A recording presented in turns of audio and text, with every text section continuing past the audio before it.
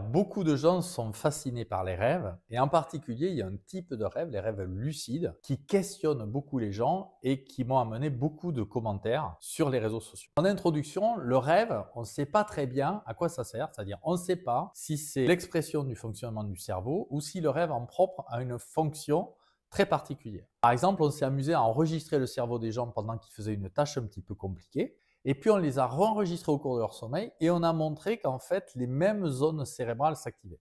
Donc qu'est-ce que ça veut dire?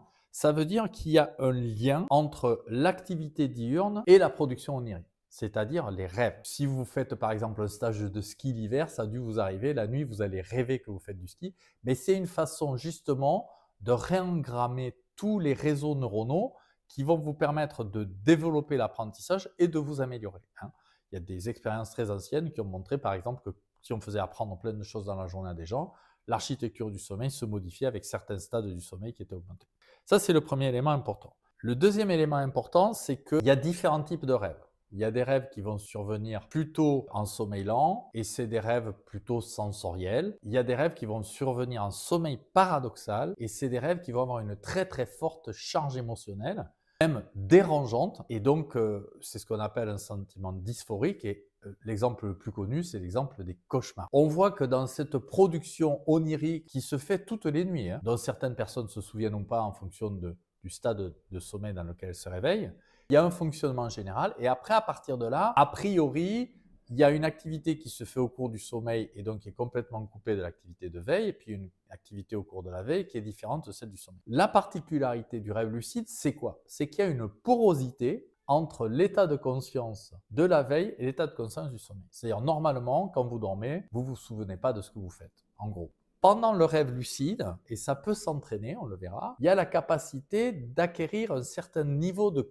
conscience au cours de votre sommeil et même de pouvoir diriger le contenu de vos rêves, vous allez voir, et c'est une des propriétés qui va être utilisée quand on essaye de faire des fonctions thérapeutiques. Ce sommeil et ce rêve lucide, c'est une période de votre activité où vous allez dérouler votre rêve en étant conscient et vous allez avoir la capacité d'en modifier son contenu, voire même de l'interrompre. Et donc, cet élément-là, c'est un élément qui peut être très intéressant pour plusieurs fonctionnalités. Pour le premier exemple, il y a des sportifs qui ont essayé de développer des techniques pour répéter au cours de rêves lucides les activités sportives et améliorer leur performance. Bon, les résultats sont un peu décevants parce qu'on a démontré que si vous le faisiez au cours de la veille, c'est-à-dire avec une bonne conscience, que vous mentalisez votre activité, ça a le même effet. Donc, ce n'est pas la peine de se torturer mentalement pour essayer de contrôler ses rêves. Ce n'est pas forcément la meilleure façon de progresser en termes de sport. Après, il y a une deuxième dimension qui est importante, c'est que, comme je l'ai dit, il y a des rêves qui peuvent être désagréables. Il y a des rêves qui sont très intrusifs, en particulier les cauchemars. Et ces cauchemars-là, ils se reproduisent dans le temps.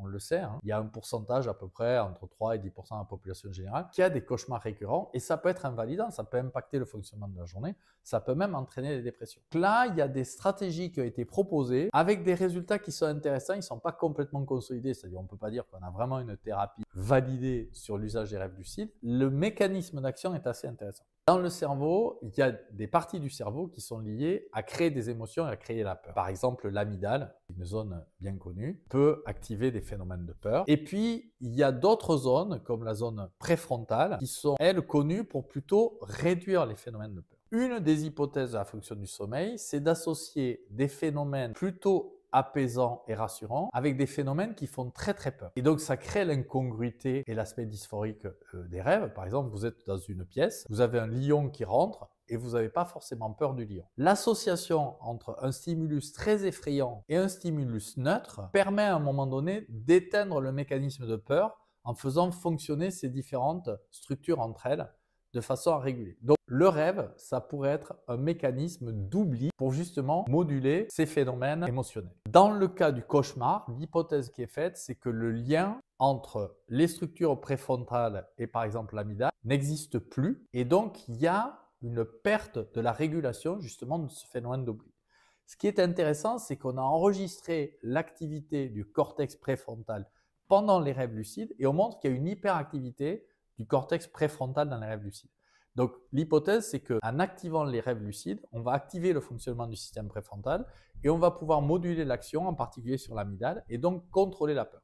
Donc c'est un principe physiologique très intéressant très intriguant parce qu'on n'en contrôle pas complètement tous les déterminants, mais qu'il y a des hypothèses et des perspectives intéressantes. Il y a d'autres domaines dans lesquels on a évoqué l'utilisation du rêve lucide, en particulier le stress post-traumatique, qui est, on va dire, un super cauchemar, où il y a des rêves récurrents qui surviennent et un vrai handicap au cours de la journée. On voit chez les vétérans, par exemple, des conflits armés. Là, les résultats ne sont pas très intéressants, malheureusement. On l'a évoqué aussi dans la schizophrénie. Malheureusement, les résultats ne sont pas très intéressants. Et ensuite, un dernier élément aussi qui est assez intéressant, c'est qu'on a évoqué la possibilité d'utiliser des substances pour augmenter le pourcentage des rêves, voire certains rêves lucides. Donc, en particulier, le donozépine, qui est un médicament, mais aussi, par exemple, tisane à base de pavot ou certaines herbes médicinales qui peuvent créer des stimulations psychologiques et qui sont connues pour pouvoir augmenter le rêve lucide et donc créer une espèce de changement d'état de conscience comme ça, ponctuel, c'est utilisé par exemple dans une séance chamanique. Merci d'avoir regardé ma vidéo. N'hésitez pas à m'envoyer vos commentaires et j'y répondrai avec attention.